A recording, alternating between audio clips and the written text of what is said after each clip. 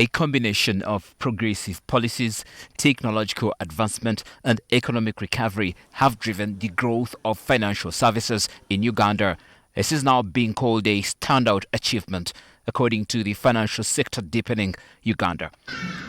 Of course, there have been also fundamental policy, legal and regulatory frameworks that have been critical in providing that conducive environment to extend financial services to the last mile. The ones that come to mind is the policy and legal regulatory framework for the microfinance sector that also subsequently was able to establish a regulator for that sector. For a long time, that sector didn't have a regulator, and yet it serves the largest percentage of proportion of Ugandans in terms of financial services.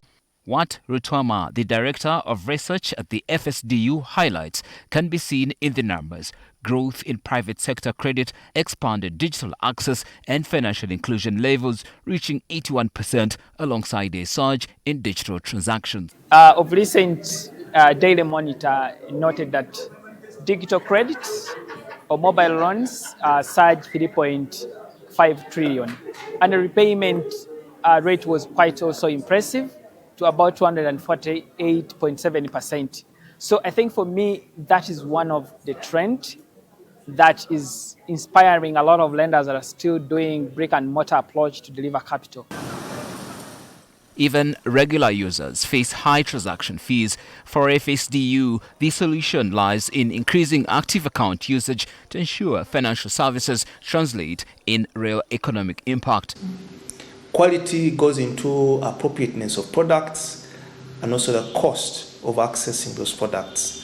The cost is still very high and fairly understandable because it's much more difficult to service a customer who hardly uses the account, and when they use the account, it's many small volumes that go through the account.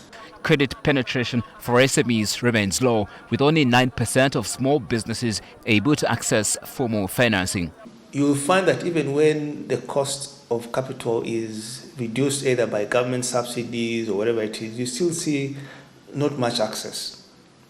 Now, to address the bottlenecks in increasing the financial inclusion frontier in such a complex ecosystem would mean that you need to work with a lot of different partners who are responsible for the different risks and ramifications. Looking ahead, despite these bottlenecks, experts say Uganda's financial sector is well positioned for further expansion, supported by existing policies and a growing digital infrastructure.